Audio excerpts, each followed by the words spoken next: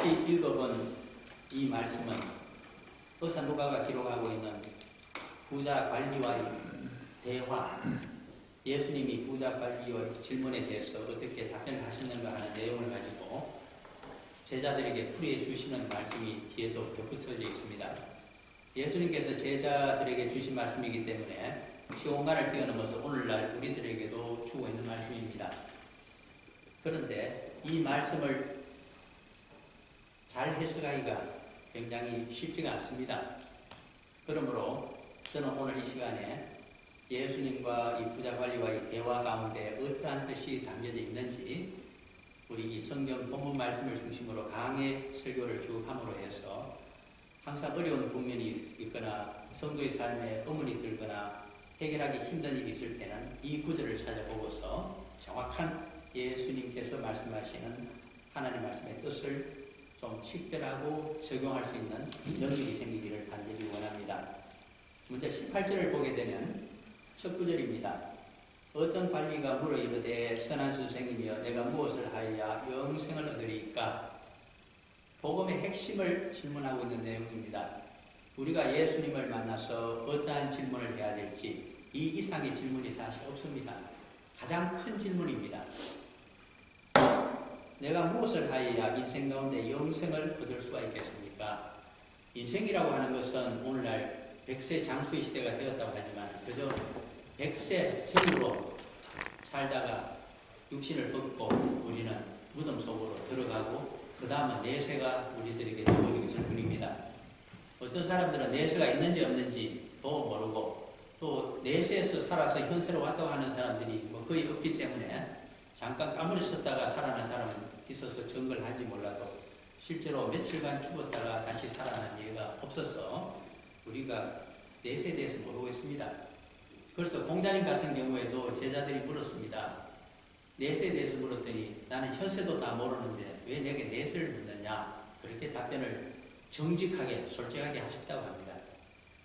그런데 예수님은 하나님의 아들이시고 영이시기 때문에 인간이 육신을 가졌지만 그 속에는 하나님의 영이 내재되어 계시기 때문에 영적인 차원에서 영성에 대해서 말씀을 해주십니다. 요한복음 3장으로 가게 되면 당시 예루살렘 성전에는 사내들인 대공회라고 하는 유대교의 최고 의결기관이자 재판기관이 존재하고 있습니다. 비록 로마 제국이 속국으로 유대 땅을 다스리고 있지만 그러나 종교적인 자치권을 주었습니다.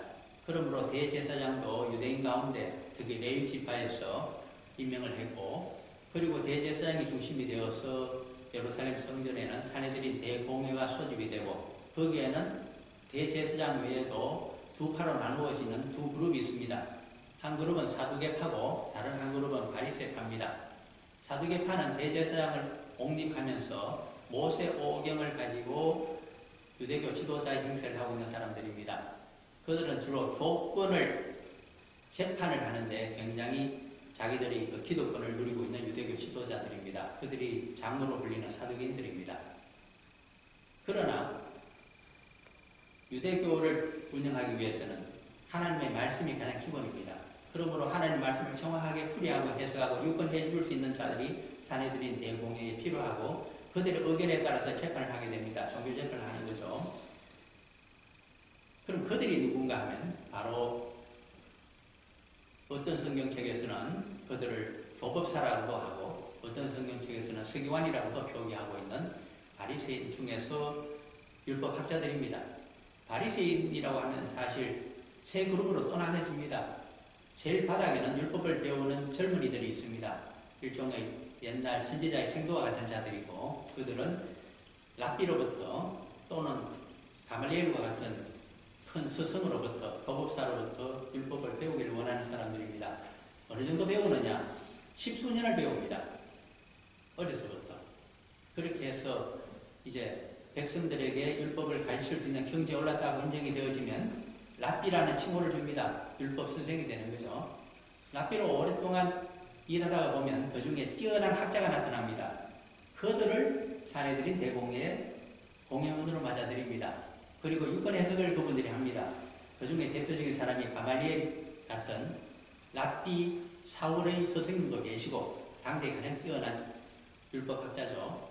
그 다음에 또 소수파이긴 하지만은 상당히 유대교의 개혁과 개방을 부르짖고 있는 사람들이 있습니다. 그들 가운데 예수님을 방문했던 니고데모와 같은 사람도 있고, 나중에 예수님의 장례를 치르겠다고 용감하게 나섰던 아리마대 요셉 같은 사람도 포함이 되어 있습니다.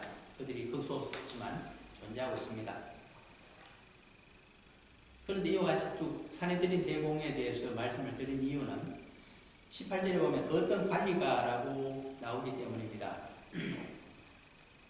의사 누가가 이거를 지금 적고 있습니다. 우리는 복음서가 네 권 있는 것을 잘 압니다. 그 중에 마태, 마가, 누가가 같은 시각을 가지고 썼다고 해서 공반복음이라고 부르고 있고, 그것이 예를 들어서 주후 60년경에 세 권이 나온다고 본다면, 물론 마가가 제일 먼저 나오고 그 다음에 마태와 누가 복음이 비슷한 시기에 나왔을 겁니다. 60년대에. 그 다음에 한 30년쯤 지나서 90년대가 되게 되면 사도 요한에 의해서 제4복음서로 불리는 요한복음이 나와 있다고 하는 것을 우리가 알게 됩니다. 그런데 공간복음에 보게 되면 오늘 부자 관리와 예수님과의 대화의 내용이 다 한결같이 기록이 되어 있습니다. 그런데 좀 틀립니다. 시각들이. 그것을 먼저 모두의 말씀을 드리고 내용으로 들어가 보고자 합니다. 먼저 의사 누가는 어떤 관리라고 얘기했기 때문에 의사 누가는 그 사람이 보통 사람인지 지도자급에 속하는 권력이 있는 관리인지 이것을 분간하고 있습니다.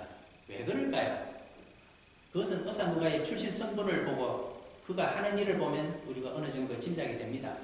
아무리 객관적으로 저수를 하려고 해도 오늘날에도 그렇지만 저자의 가치관, 인생관, 환경적인 요인, 주관성을 벗어날 수가 없습니다. 객관적인 자연적인 실험을 하는 경우에도 그것은 포함이 되어 있습니다. 그래서 과학 철학을 하다 보면 용어 하나를 발견하게 됩니다. 반주관성, 사이가트를 씁니다. 모든 아무리 객관적인 실험 자료라 보고서라고 하더라도 과학적인 문건이라고 하더라도 그 글 가운데는 반드시 저자의 주관적인 입장이 가치관이 들어가 있다. 인정해야 된다. 그것을 감안하고서 일반화시키고 객관적으로 들여다봐야 된다. 그래서 반주관성 그런 말을 사용을 합니다. 뭐 영어로 좀 표현하자면 intersubject 그 정도 얘기가 되겠죠. 그럼 intersubjectivity 정도의 말이 될 겁니다. 그러면 의사 누가는 시리아 총독부에서 시리아 총독은 당시에 예루살렘 총독을 감독하는 상급기관입니다. 거기서 감찰을 합니다. 감찰자 중에 한 사람이 바로 의사 누가라고 밀파된 사람으로 다들 이야기합니다. 그렇기 때문에 이 사람은 정치적으로 종교적으로 굉장히 민감한 사람입니다. 의사 누가 하면 과학자이며 그는 굉장히 뛰어난 문장을 구사하고 있지만 그러나 그가 정치적인 형세 판단과 사람을 구분하는 재주는 타고난 사람입니다. 그러므로 첫 마디가 어떤 관리가 이렇게 나옵니다. 그는 지도자 중에 한 사람이다. 나이를 묻지도 않습니다. 그렇게 하고서 그러므로 관리가 되기 때문에 이 사람이 예루살렘이나 로마 총독부에 일하는 관리인지 유대인 출신이지만 아니면 사내들인 대공에서 일하고 있는 관리인지 모르겠지만 어쨌든 굉장히 착실한 유대인 출신이고 율법에 대해서 많이 알고 있고 지도자급 인물이다. 이것을 이야기하면서 얘기를 풀어나가고 있습니다. 적기를 시작하죠. 시간이 없어서 다 찾아보자고는 안 하겠습니다만 공간복음이라고 하면 마가복음이 제일 먼저 나왔잖아요. 마가라고 하는 사람은 예수 그리스도를 3년 6개월 공생애 가운데 쫓아다녔던 12명의 사도가 아닙니다. 사도의 영적인 아들입니다. 누구의 영적인 아들이냐 하니까 우리가 알고 있잖아요. 베드로 전후서를 통해서 사도 베드로의 영적인 아들입니다. 궁금하시면 베드로전서 제일 끝에 가셔서 한번 보시면 나의 아들인 마가 한번 그래도 찾아보시겠습니까? 저기 베드로 전후서를 사도 베드로가 썼기 때문에 물론 그는 글을 쓸 수 없는 무식한 사람입니다. 그러므로 말로 구술하는 것을 누가 적었느냐 하니까 바로 이 영적인 아들 마가가 적은 글입니다. 그것이 베드로 전후서입니다. 베드로전서 5장 끝에 가보시면 마지막 절이 14절인데 바로 직전에 베드로전서 5장 13절에 사도 베드로와 마가와의 관계가 설명되어 있습니다. 같이 한번 읽어볼까요?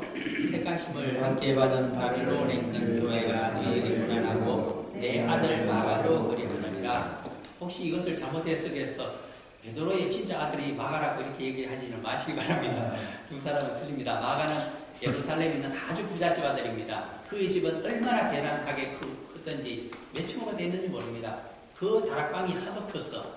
거기서 마지막 최후의 만찬을 예수님이 12제자와 더불어 지내셨고, 나중에 일설로는 120명의 성도들이 모여서 예수님이 부활승천하신 다음에 오순절 때까지 기도할 때도 그 다락방에 모여서 했다고 할 정도로 넓은 저축입니다. 그들은 본래 예루살렘 사람들이 아니고 그 부모는 섬 사람입니다. 구보로 사람. 이 구보로가 어디냐 하니까 이스라엘 가장 가까이 있는 지중해 있는 섬입니다. 요새 말로 하면 키프로스 또는 사이프러스라고 하는 섬인데, 거기는 동철광 또는 그냥 철광석 이런 것들이 많이 나고, 당시에는 로마 시대이기 때문에 이태리에서 배를 띄우면 중간에 오다가 한번 쉬어야 됩니다. 그리고 목재를 많이 해가지고 또 물을 끌려갖고 뭐 어떻게 오든가 어떻게 또 배를 운영해야 되기 때문에 반드시 기차하는 데가 사이프러스 섬입니다. 거기서 오면서 철광석도 싣고 오고 또 하면 또 무역을 하는 데입니다. 그러므로 큰 무역, 유대인들 중에 셈이 빨랐던 자들이 레위인들인데, 그들이 일부 정착하여 그곳에서 큰 무역상을 했습니다.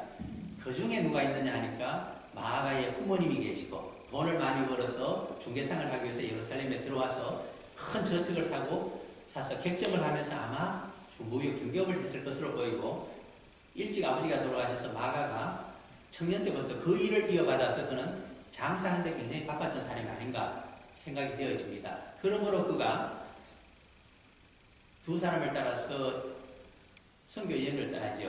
바로 그것이 바울과 그리고 우리 그 권면자라고 하는 바나바입니까? 이 두 사람을 따라서 갔을 때 이 바나바가 바로 마가의 어머니의 남동생쯤 됩니다. 그러니까 외삼촌이죠. 그래서 갔다가 중간에 워낙 집안에 아마 급보가 온 것 같습니다. 그래서 이 장사하는 일이 바빠서 사업 때문에 왔다가 나중에 야단을 누구로부터 많이 받습니까? 2차 여행 갈 때 바울로부터 받아서, 그래서 두 팔로 갈라지는 요인이 되었던 사람이 이 마가입니다. 그런데 이 마가는 1.5세대에 속하지만은 그는 공생애를 함께 지낸 제자는 아니었지만 마지막 최후의 만찬 때 자신의 집에서 이상한 만찬 행사를 하는 그 광경을 보았던 사람이고, 호기심이 있어서 그저 헛이불을 거치고 누구를 따라갔다가 혼이 난 적도 있습니다. 그 전부 마가입니다. 그러므로 그는 사도 바울로부터 배척을 받았지만, 그러나 나중에 회개하고서 사업을 어느 정도 정리하고 누구를 따라 모셨느냐 하니까 초대교회에서 이 사도 베드로를 직업으로 모시면서 그는 회개하는 심정으로 얼마나 교회의 큰 일꾼, 선교 일꾼이 됐는지 모릅니다. 그래서 나중에 사도 바울이 옥중 생활을 할 때에 내가 다 용서하였으니 마가를 데려오라. 이제는 교회의 큰 일꾼으로 되어 있는 이 마가를 죽기 전에 내가 보고 싶다. 그런 이야기를 들은 자가 이 마가입니다. 이 마가는 그래서 어떻게 기록을 하고 있느냐 하니까 사도 베드로가 봤던 이 장면을 그대로 연상해서 기록을 했습니다. 그것이 마가복음 10장에 있는 내용입니다. 거기 보게 되면 사도 베드로가 어떻게 사람을 보는가에 대한 관점이 하나 나타나 있는데, 워낙 중요하기 때문에 그래도 마가복음 한 10장 17절에 가서 한 구절을 보시기를 바랍니다. 이런 기회가 아니면 주변에서 보기가 힘들잖아요. 마가복음 10장 우리가 이런 것까지 파악하면서 보면 이 말씀이 상황 속에서 살아 움직이기 시작합니다. 우리가 그냥 지나쳐서 보는 것이 아니고 그때의 상황과 이거를 듣고 있는 사람 입장과 그 극중 인물에 대해서 알기 때문입니다.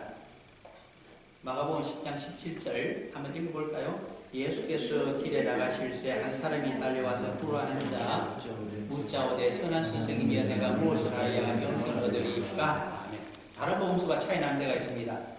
길에 나가실 새에 한 사람이 달려와서 꿇어 앉아서 물었다고 하는 구절입니다. 다른 복음서에는 없는 구절입니다. 베드로가 그렇게 진술했기 때문에 그 말을 명심했던 그의 영적인 아들 마가가 이렇게 적고 있습니다. 이 말의 뜻은 얼마나 그 사람이 영생의 진리를 알기 위해서 예수님을 선생으로 부르면서 겸손했는지 모른다. 너무 겸손하게 이렇게 꿇 앉아서 질문을 하니 그것도 길가 아닙니까? 많은 사람들이 보고 있는데 아마 이 사람은 의사누가에게 따르게 되면 유대교 지도자 중에 한 사람이고 관리입니다. 그런 사람이 와서 이렇게 물었으니 얼마나 어떻게 보면 창피스럽고 부끄러운 노릇이겠습니까만 그것이 아닙니다. 이 사람은 진리에 목이 말라있는 사람입니다. 이것을 얼마나 예수님께서 기뻐하시고 마음속에 흡족하게 생각하셨는지 정말 영생이 이르는 길을 그에게 가르쳐주고 싶어 하셨다. 그래서 이 대화가 이어지고 있다는 뜻으로 적고 있는 구절입니다. 이제 이왕 시작했으니 마태복음을 한번 볼까요? 마태복음으로 가시려고 하면 19장에 가시게 되면 역시 나타나고 있습니다. 시간이 조금 가더라도 우리 한번 마태복음 19장을 한번 가보시기를 바랍니다. 19장의 16절에서부터 시작이 되죠. 자, 그런데 쭉 이제 시간이 없어서 그냥 특징만 봅니다. 20절에 가시면 이렇게 나옵니다. 그 청년이 보실 수가 있죠. 20절에 다른 복음서에 없는 이야기를 하고 있습니다. 그 청년이. 그 다음에 또 22절에 가게 되면 또 마태복음 19장 22절에 또 그 청년이 재물이 많으므로. 자, 이제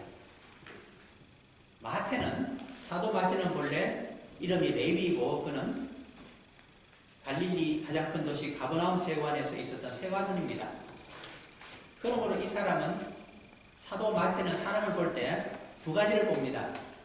첫째 무엇을 봤느냐 하니까 그 사람이 굉장히 부자였다 하는 것을 우선 공통적으로 다 보고 있죠. 그러면서도 하나를 더 봅니다. 나이가 도대체 얼마나 되길래 저렇게 부자일까? 세관원은 수출 물량이 있을 때 수입도 있고 할 때 관세를 붙이는 사람입니다. 돈을 낼 여력이 있는지를 보고서 관세를 때려야 될 거 아닙니까? 그러므로 봅니다. 직업적으로. 그랬더니 보니까 젊은 청년인데 재물이 많았다는 겁니다. 무엇을 이야기하고 있을까요? 시체말로 한마디만 하면 알아듣습니다. 금수저구나. 그 이야기를 하고 있는 겁니다. 그것을 누가 적고 있을까? 세관원 출신의 레위가 직업적으로 전직이지만 경험적으로 이미 간파를 하고 있는 겁니다. 그래서 대화가 그 속에 풀어져나가기 시작합니다. 이제 전부 합칩니다. 겸손하기 때문에 예수님의 마음에 들었습니다. 청년이면서 부자가 될 수 있는 것은 선대로부터 많은 재물을 유산을 받는 사람입니다. 부자 집안 금수저 출신입니다. 그런 사람이 예수님께 영생에 관한 진리를 묻기 시작한 것이 18절의 내용입니다. 그랬더니 19절을 보십시오. 영생에 대해서 설명해 주기 위해서 가장 첫 마디가 되묻는 말씀입니다. 소크라테스의 대화법 이상으로 이것은 절묘하게 되어 있습니다. 19절 예수께서 이러시되 너가 어찌하여 나를 선하다 했느냐. 18절에 보면 선한 선생님이여 내가 무엇을 하여야 영생을 얻으리까. 선한 선생님이라고 하는 것은 하나님께로부터 오신 선생님으로 표현하는 말입니다. 그렇게 했더니 더 적극적이고 절대적인 개념으로 들어가서 지금 되묻고 계신 말씀입니다. 나를 어찌하여 선하다고 하냐. 나는 육신을 입고 있기 때문에 선하여야 선할 수 없는 죄인이라는 것을 말씀하시는 대목입니다. 영생을 얻자면 자신이 죄인이라는 것을 가장 먼저 인정을 해야 된다는 말씀이 이 속에 들어있습니다. 영생을 얻는 첫걸음, 자신은 어렵지가 못하고 육신을 가졌기에 하나님의 뜻대로 온전히 살아갈 수가 없고 나는 죄인입니다. 그러므로 도와주십시오 하는 것이 영생으로 가는 첫걸음이라는 것을 지금 절묘하게 가르쳐주고 있는 말씀입니다. 누가 영생을 물으시거든 당신이 나처럼 당신도 죄인이라는 것을 인정하게 하십시오. 그것을 모르는 이상 자신의 한계와 능력과 자신이 죄인이라는 신분과 정체성을 모르게 되면 아버지 하나님을 찾을 일이 전혀 없습니다. 자기 자랑입니다. 종교적인 행위도 신앙적인 행위도 자신의 어려움을 드러내는 것에 불과합니다. 외식에 빠지게 됩니다. 그리고 상대적인 진리와 상대적인 어려움만을 따지게 됩니다. 하나님 앞에 무엇을 우리가 절대적인 선하신 모든 생명을 살리기를 원하시고 모든 피조물을 똑같이 돌보면서 해법을 찾아가시는 그분 앞에 우리가 어떻게 내 입장과 우리의 입장과 우리 민족만을 살고 다른 민족과 어떻게 되든 상관이 없다고 하는 그런 집단 이기주의적인 생각으로 기도를 드리고 영생의 길을 묻겠습니까? 그것은 하나님의 뜻을 우리 주 예수 그리스도가 만민 구원과 영생 구원 하나님의 모든 생명을 살리고 돌보고자 하시는 공의의 법칙을 우리가 알지 않으면 결코 하나님 나라에 함께 들어갈 수가 없다고 하는 그 말씀을 우리가 귀를 기울여서 봐야 됩니다. 그러므로 이 교회, 저 교회 다 보더라도 하나님의 교회요. 우리 모두는 서로 원망과 불평과 서로 의로움을 견주는 것이 아니라 하나님 앞에 죄인이기 때문에 모두 깨달음을 얻어서 하나님의 도움을 얻어서 함께 구원을 받고 함께 하나님이 사랑하는 교회가 되자고 하는 것이 우리들의 의식이요, 목표, 사고방식이 또 행동 양식이 되어야만 할 겁니다. 그것이 19절이 주고 있는 내용입니다. 상대적인 것으로 진리를 측량하려고 하지 마십시오. 상대적인 의로움으로 누구를 지탄하지 마십시오. 그것은 50보, 51보에 불과합니다. 50보, 100보가 절대로 될 수가 없다는 것을 아셔야만 합니다. 그 사람을 우리가 미워한다고 할 때 그 미워하는 사람의 속성도 내 마음속에 적은 퍼센트지만 반드시 갖고 있다는 사실을 자인할 때에 비로소 우리 자신을 들여다볼 수 있는 보험적인 눈이 열리게 되고 주님 앞에 서서 겸손하게 진리를 묻고 답을 구할 수 있다는 것을 우리가 인정을 해야 됩니다. 그 다음 또 절묘한 말씀은 20절에 있습니다. 두 번째 단계는 20절에 있는 말씀입니다. 너가 계명을 안 하니 10계명에 대한 말씀인데 간음하지 말라, 살인하지 말라, 도둑질하지 말라, 거짓 증언하지 말라, 내 부모를 공경하라. 간음, 살인, 도둑질, 거짓 증언, 부모 공경 5가지 계명을 얘기했습니다. 이 특징은 출애굽기 20장에 보면 10계명이 나타납니다. 10계명은 1계명부터 4계명까지가 하나님에 대한 계명입니다. 하나님을 어떻게 섬길 것인가 1부터 4계명까지입니다. 이름하여 하나님 사랑에 대한 겁니다. 5계명부터 10계명까지가 이웃 사랑에 대한 계명입니다. 그 5부터 10까지 있는 6가지 가운데 지금 5가지가 여기에 나열이 되어 있습니다. 그런 측면에서 이것을 바라보게 되면 놀라운 진리성이 드러납니다. 예수님께서 바리새인들이 강조하고 있는 이웃 사랑에 대한 율법에 대해서 이것을 다 지켰느냐고 묻고 계시는 겁니다. 그랬더니 21절에 이 부자 청년 젊은 관리가 이것은 내가 어려서부터 다 지켰나이다. 금수저면서도 아주 좋은 집안의 출신이기 때문에 그렇게 답변을 했습니다. 그런데 문제는 영생을 얻기 위해서는 하나님 사랑부터 알아야 됩니다. 순서가 중요하기 때문에 1, 2, 3, 4 계명이 있고 그 다음에 5, 6, 7, 8, 9, 10으로 흘러나오는 법입니다. 그런데 5, 6, 7, 8, 9 그것도 더 정밀하게 들여다보게 되면 순서를 약간 바꾸셨습니다. 5계명이 제일 끝에 가 있고 부모 공경, 약속 있는 7계명이 뒤로 가 있죠. 그 다음에 살인, 간음, 도둑질로 되어 있는데 10계명은 간음과 살인을 살짝 바꿔놨습니다. 그 말은 당시의 시대상을 어떻게 예수님께서 보고 지적하셨는가를 우리에게 간접적으로 실사해주고 있는 대목입니다. 엄밀하게 들여다보자면 너희들은 한마디로 음란한 족속들이구나. 종교적인 간음, 육체적인 간음을 다 행하면서도 신앙생활 잘하고 있다고 주장하고 있으니 너희들의 신앙의 문제점이 무엇인가? 우리들에게도 주고 있는 교훈입니다. 영적인 간음 행위, 음란성 그것이 넘치게 되면 사회적인 음란한 사회로 가고 맙니다. 영적인 사회까지 그것이 침투하게 됩니다. 교계 지도자 가운데서도 이 간음 문제에 걸려서 얼마나 넘어지고 있는지 모릅니다. 처음부터 끝까지 주의하고 해야 될 것입니다.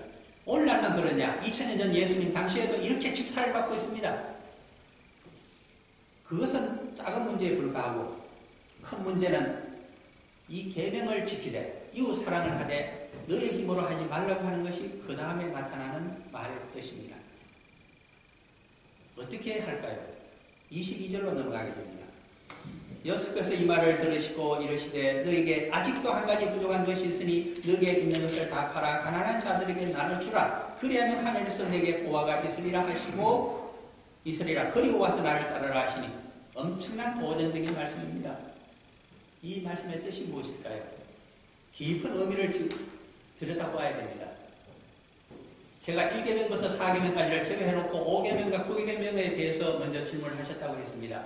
이제 1계명에서 4계명을 설명할 차례입니다. 그것을 여기에 이 22절이라는 구절 속에 들어있습니다. 무슨 뜻일까요?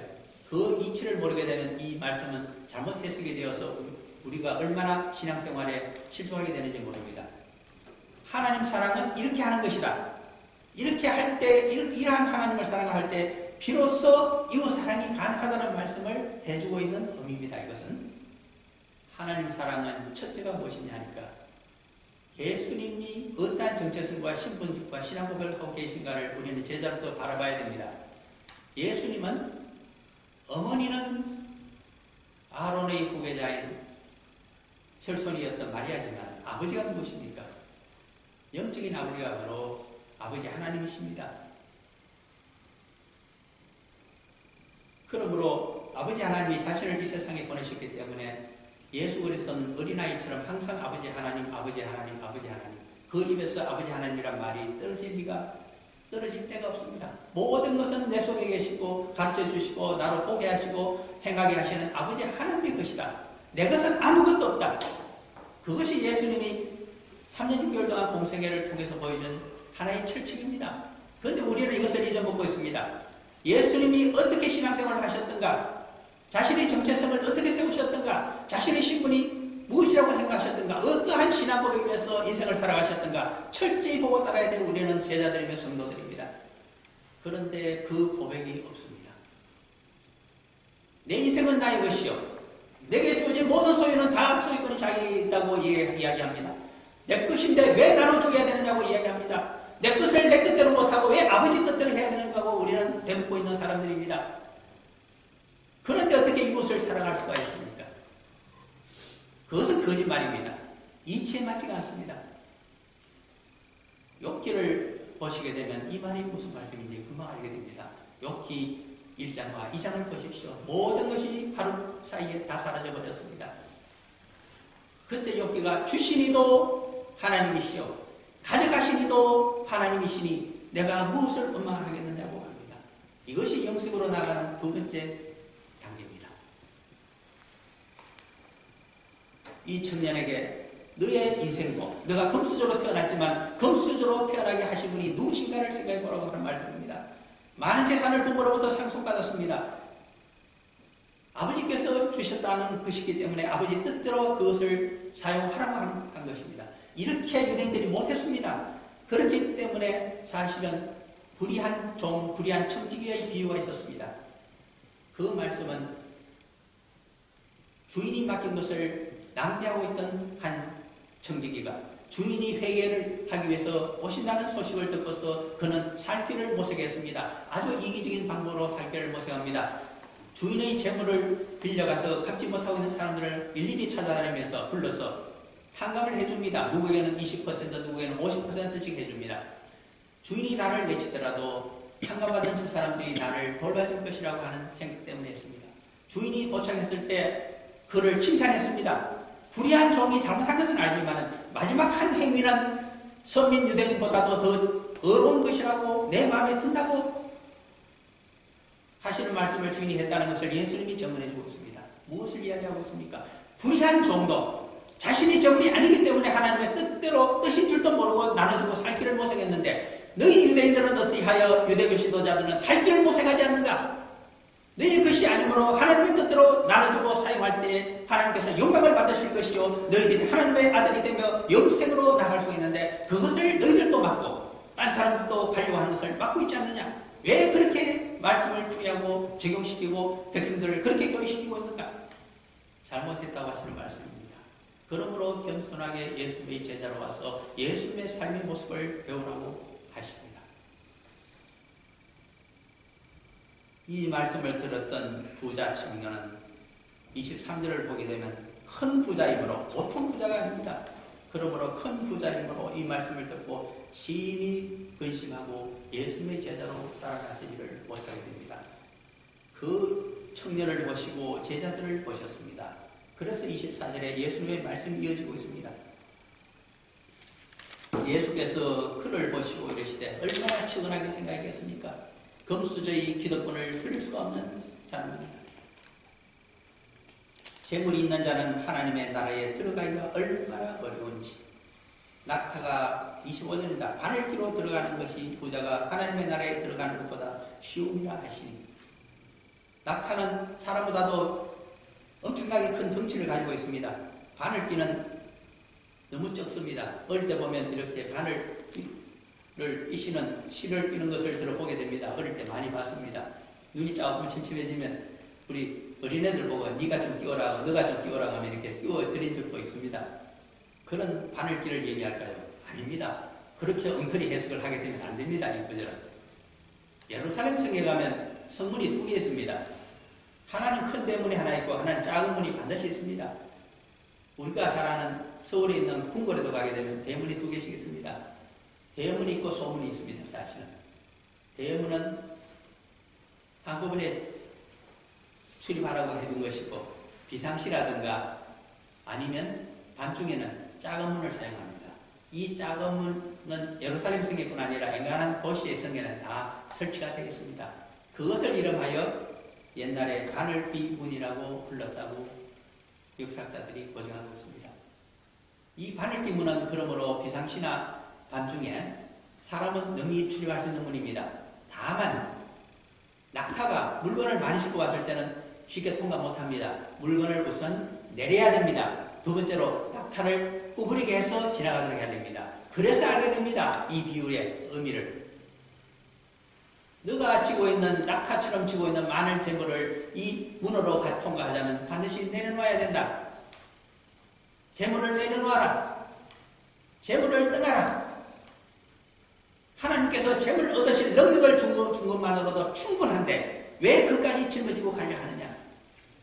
하나님께서 주신 능력대로 재물을 주시는데 너에게 더 능력을 주시면 또 얻을 수 있지 않겠느냐. 그러므로 걱정하지 말라고 하시면서 그리고 겸손하게 낙타처럼 짐을 내려놓고 구부려서 지나가라고 하십니다.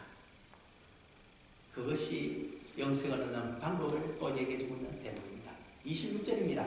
듣는 자들이 이르되 이제는 이 청년은 고민하고서 이 말씀까지 듣고서 아마 동의를 못한 것 같습니다. 그럴 때 듣고 있는 자들이 제자들을 비롯해서 그 자리에 있었습니다. 그런 정도가 구원을 얻을 수 있나이까? 자기들도 못하겠다는 겁니다. 그럴 때 예수님의 현답이 나타납니다. 이러시되 무릇 사람이 할 수 없는 것을 하나님은 하실 수 있느니라. 그렇습니다. 사람은 두 번 태어날 수가 없습니다. 니고데모의 말 그대로 요한복음 3장에 있는 그대로 모태에 다시 들어가서 나올 수가 없기 때문입니다. 그러나 하나님은 하실 수 있습니다. 모태를 만드신 그분이 영적인 모태를 만드실 수가 있기 때문입니다. 성령께서 오셔서 임재해 주시면 거듭난 인생을 살아갈 수가 있기 때문입니다. 영적으로 거듭 태어날 수 있게 합니다. 하나님의 사람이 되게 하십니다. 새로운 인생을 걸어가게 하십니다. 예를 들어보겠습니다.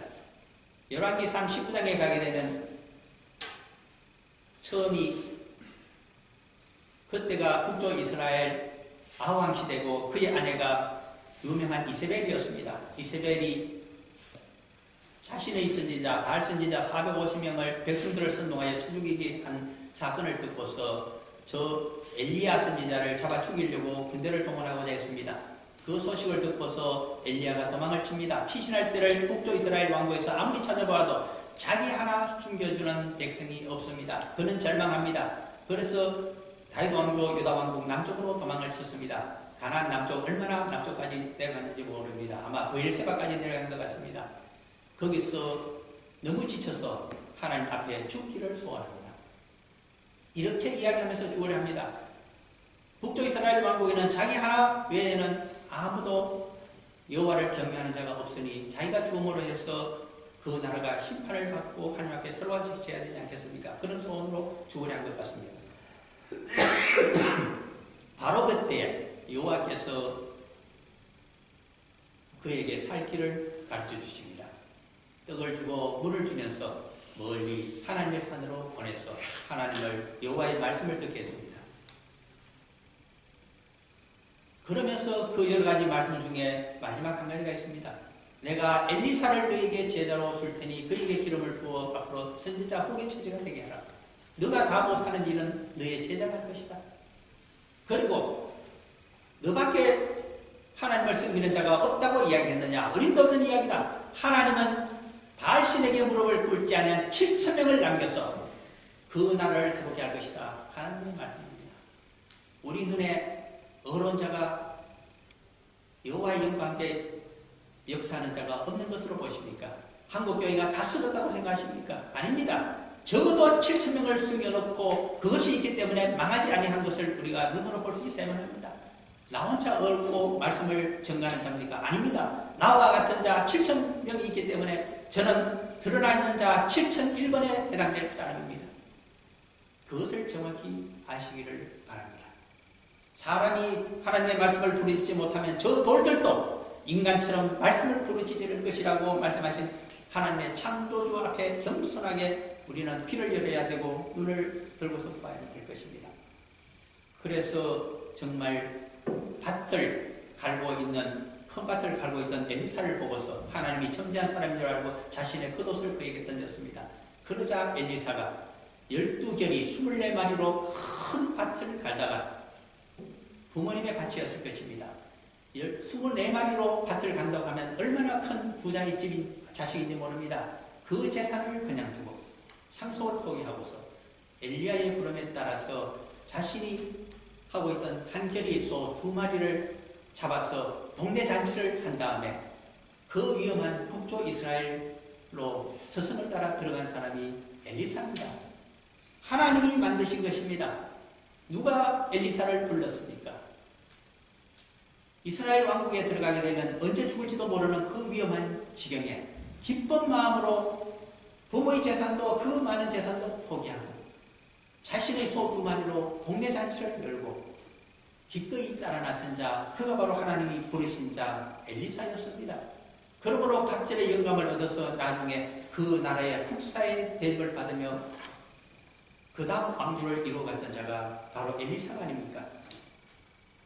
그러므로 이 말씀은 정확한 말씀입니다. 28절에 가면 베드로가 질문을 합니다. 우리가 우리의 것을 다 버리고 주를 따랐나이다. 12사도들에게 공통된 내용을 베드로가 이야기하고 있습니다. 그렇습니다. 나를 따르라고 했을 때 부모의 것을 버려두고 따라온 야고보, 요한 모든 제자들이 결국 3년 6개월을 함께 동행하는 12사도가 되었습니다. 그랬더니 그 말씀 끝에 예수님이 답변하십니다. 29절입니다. 이러시되 내가 진실로 너희에게 이르노니 하나님의 나를 위하여 집이나 아내나 형제나 부모나 자녀를 버린 자는 현세 여러 배를 받고 내세 영생을 받지 못할 자가 없느니라 하시니라. 흔히 우리는 설교를 할 때에 하늘의 사두라 그러면 이 땅에서는 안 줄지라도 하늘나라에서는 수십 배로 튕겨서 준다고 그렇게 설교를 합니다. 그러나 그것이 아닙니다.